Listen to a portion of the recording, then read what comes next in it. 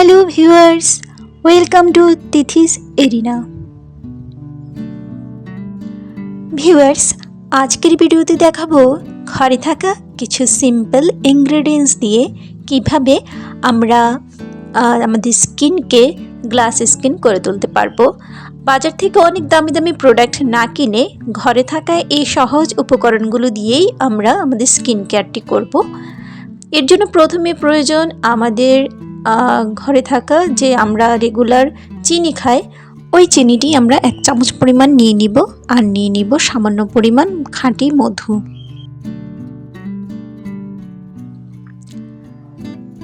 এখন আমি নিয়ে নিয়েছি একটা পাকা টমেটো।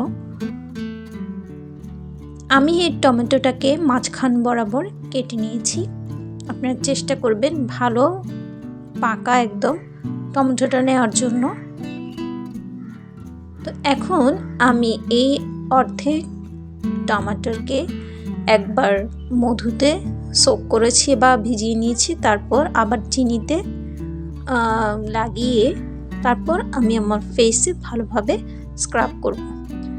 আমি বারবার করে এই মধু আর চিনিটি নিয়ে আবার স্ক্রাব করছি।